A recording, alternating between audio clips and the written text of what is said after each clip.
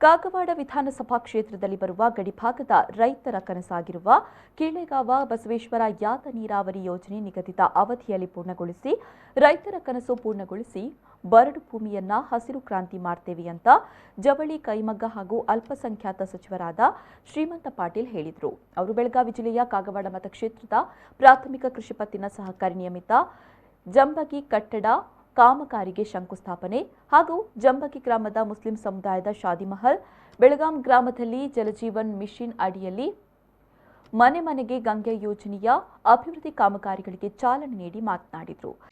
ನಮ್ಮ ಕಾಗವಾಡ ಕ್ಷೇತ್ರದಲ್ಲಿ ಇದ್ದಂಥ ಮೂಳೆ ಗ್ರಾಮದಲ್ಲಿ ಮತ್ತು ಕಿಳೆಗಾವ ಗ್ರಾಮದಲ್ಲಿ ಮನೆ ಮನೆಗೆ ನಳ ಮುಖಾಂತರ ನೀರು ಕುಡಿಯೋದೇನು ದೊಡ್ಡ ಒಂದು ಮಹತ್ವಾಕಾಂಕ್ಷಿ ಯೋಜನೆ ಅದ. ಆ ಯೋಜನೆ ಅಡಿಯಲ್ಲಿ ಇಲ್ಲಿ ಕಿಳೆಗಾವದಲ್ಲಿ 22 ಲಕ್ಷ ರೂಪಾಯಿ ಸ್ಯಾಂಕ್ಷನ್ ಆಗಿ ಸುಮಾರು 275 ಕನೆಕ್ಷನ್ ಕೊಡ್ತಾ ಇದ್ದಾರೆ.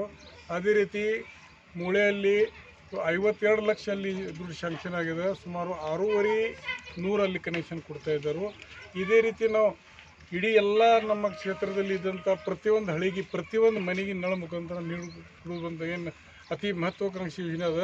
ಈ ಬರುವ ಒಂದು ವರ್ಷ 1.5 ವರ್ಷದಲ್ಲಿ ಎಲ್ಲ ಪೂರ್ಣ ಮಾಡುವ ಒಂದು ವಿಚಾರದಿಂದ ನಾವು ಅದಕ್ಕೆ ಫಾಲೋಅಪ್ ಮಾಡ್ತಾ ಇದ್ದೀವಿ. ಈ ವೇಳೆ ಬಿಜೆಪಿ ಮುಖಂಡರು ಹಾಗೂ ಮುಸ್ಲಿಂ ಸಮುದಾಯದ ಎಲ್ಲ ಮುಖಂಡರು ಹಾಗೂ ಕಾರ್ಯಕರ್ತರು ಅಭಿಮಾನಿಗಳು ಉಪಸ್ಥಿತರಿದ್ದರು.